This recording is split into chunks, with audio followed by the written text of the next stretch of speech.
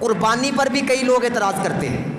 ان میں سے پہلا اعتراض جو ہوتا ہے نا، وہ یہ اعتراض کرتے ہیں جی قربانی کی وجہ سے جانوروں کی نسل کشی ہوگی. قربانی ہوگی نا ہر سال، تو جانور ذبح ہوں گے، بکریاں، بھیڑ، گائے، اونٹ، تو ان کی نسل ختم ہو جائے گی. میں کل سوچ رہا تھا کہ یہ اعتراض کرنے والا بندہ تو کوئی پرلے درجے کا بے وقوف ہے. وہ کیسے؟ اس لیے اس کو پتہ نہیں کہ جو جانور ذبح ہو رہے ہیں اللہ کے رستے میں، ان کی تعداد اس وقت زیادہ ہے یا ان کی تعداد زیادہ جو ذبح نہیں ہو رہے. کتے ذبح ہو رہے ہیں اللہ کے رستے میں، بلیاں جب ذبح ہو رہی ہیں، گدھے ذبح ہو رہے ہیں، لیکن ان کی تعداد آپ کو کم نظر آئے گی. آپ جائزہ لے کے دیکھ لیں. کبھی کھوتوں کا اجڑ دیکھا کسی نے؟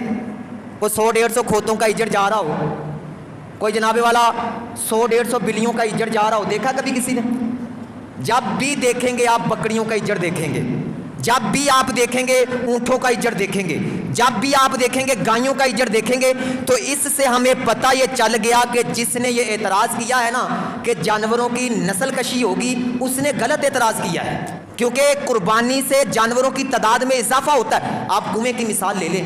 کنواں پرانے زمانے میں کنویں ہوتے تھے، یہ بزرگوں کو پتا ہوگا.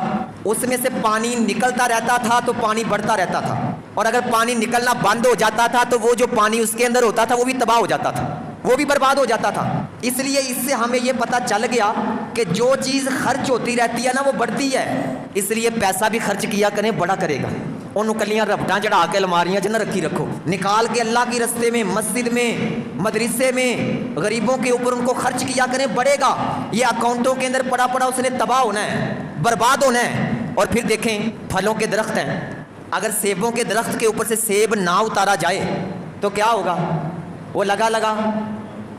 اللہ نے ہمارے سامنے ہر چیز رکھی ہے، اگر ہم صرف غور و فکر کریں تو اگر وہ لگا رہے تو خراب ہو جائے گا، اگر اتر جائے تو اس کی جگہ پہ نیا آ جائے گا. ان مثالوں سے ہمیں پتہ چل گیا کہ جو چیز بھی اللہ کے رستے میں خرچ ہوتی ہے، ویسے بھی جو چیز استعمال ہوتی رہتی ہے وہ چیز بڑھتی جاتی ہے، وہ کم نہیں ہوتی.